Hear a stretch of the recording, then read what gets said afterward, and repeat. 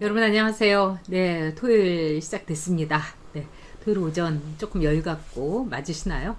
지금 벌써 뭐 재난지원금을 5월 14일부터 뭐 주겠다 뭐 이런 얘기 나오고 있고요.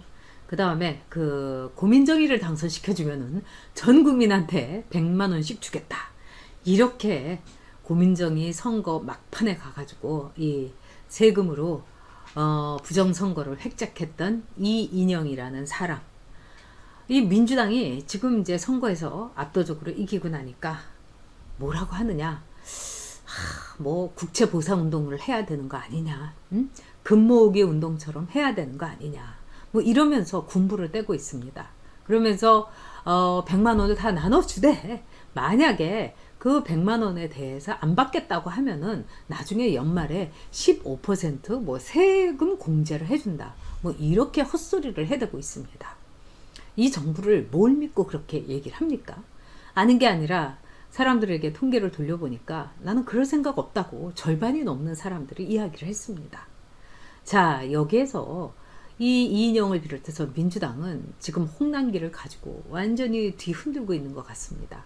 홍남기가 재정 건전성을 생각을 해갖고 나는 못한다 이렇게 하면서 벌렁 나자빠지니까 홍남기를 자르네 마네. 그래서 결국 홍남기가 결국 몰리다 못하고 두 손을 들은 모양입니다. 그러면서 나온 얘기가 뭐냐. 고소득층, 그 다음에 공무원 100만 명. 이거 좀 기부를 하면 좋지 않겠냐. 이러면서 고소득층과 공무원 100만 명에게 기부를 하라. 이렇게 나왔어요. 여기서 이제 코미디가 벌어지고 있는 겁니다. 일단요. 코미디라기보단 먼저 좀 기가 막힌 얘기부터 해야 되겠습니다. 이번에 우리가 우한 코로나 처음부터 끝까지 신중하게 그 다음에 그 어떤 그 낭설이라든가 또는 정치적인 압력에도 흔들리지 않고 정말 어렵지만 끝까지 진지하게 임했던 이 정은경 본부장도 자신의 그 급여 임금을 그대로 토해냈다고 합니다. 그러니까 이 정은경 본부장 뿐만 아니라 나머지 진짜 밤잠 못 자고 얼굴이 반쪽이 되고 뭐 52시간제 자기들이 그렇게 말해놓고는 이 의료진과 또 공무원들한테는 52시간제 그거는 뭐 누가 얘기했던 거야 뭐 이런 식으로 응? 몰아붙이면서 밤잠 안 자고 그렇게 고생했던 이 정은경 본부장을 비롯해 갖고 그 직원들이 지금 다 월급을 토해냈다는 겁니다. 그래서 공무원 100만 명이 다 월급 토해내야 된다. 이러면서 강제성은 없다. 뭐 이렇게 얘기를 했어요. 자, 이거는 하나의 이제 비극입니다. 이렇게 나오니까 공무원들의 반발도 있을 거고요. 그 다음에 고위층 기부 막 이러니까 사람들이 고위층? 그러면 제일 고위층인 문재인이부터 기부를 해야지. 뭐 이렇게 나온 거예요. 여기서부터 이제 코미디가 시작이 되는 겁니다. 자, 이 문재인한테 기부를 하라고 하니까 또 여기에 대해서 이 정세균 총리가 뭐 그거는 뭐 우리가 얘기해 보거나 또 뭐 좀 상식선에서 얘기하면 되는 거 아니냐 뭐 이러면서 기부 운동 뭐 할 수 있는 거 아니냐 이렇게 된 거예요. 그랬더니 이 문바들이 난리가 난 겁니다. 대깨문이 정말 대가리가 깨져도 문재인이라고 나라가 망해도 문재인인 것 같습니다. 해시태그를 달으면서 정세균이 네가 기부해라. 너 돈 좀 많잖아. 이러면서 난리가 난 거예요. 그러니까 문재인이가 왜 돈을 내야 되냐. 문재인이 돈을 낸다는 거는 우리 문프, 우리 달림이, 우리 루나 뭐 저기 돈 한 푼이라도 내게 해서는 안 된다. 마치 팬클럽의 사생 팬들이 우리 오빠는 절대로 어디 가서 뭐 이쁜 옷만 입어야 되고 우리 오빠가 기부도 해서는 안 되고 우리가 대신 기부하겠다 뭐 커피차도 우리가 다 하겠다 이런 거하고 똑같습니다. 참 이 문재인이라는 사람을 언제까지 이렇게 싸고 돌 것인가. 그리고 문재인은 거의 우상화됐습니다.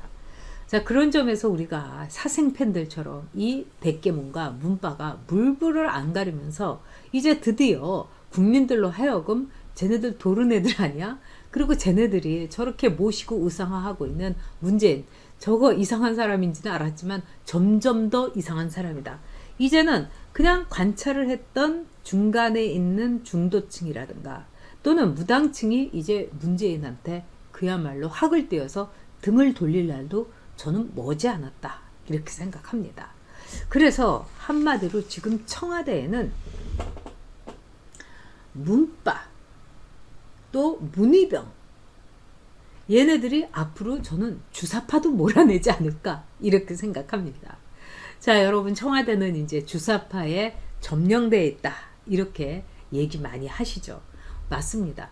이 주사파는요 1980년대 중반에 이 말하자면 꿈틀거렸던 아주 과격한 극렬 학생 운동권을 얘기합니다. 그 당시에 이 박정희 대통령에 의해서 전두환 이 정권이 있으니까 이 암울했던 이 80년대의 어떤 군사 또는 권위주의 체제 속에서 이 학생들이 정말 그 마지막 그 어떤 탈출구 비상구를 북한 정권에서 찾은 겁니다. 즉 그 당시에 그 황장엽이 내세웠던 주체 사상, 우리 모든 국민이 주체다. 우리 이 말하자면 이 조선이 주체가 돼가지고 그 어떤 나라에도 우리에 대해서 말하자면 억압하거나 식민지를 삼을 수 없다. 뭐 대충 이런 겁니다. 그래서 김일성이 주체의 상징이 된 거고요. 다 이게 황장엽이가 만들었고 또 그 황장엽 선생은 이 주체 사상을 만들었던 분은 남한으로 우리 대한민국의 품으로 이 귀순을 했습니다.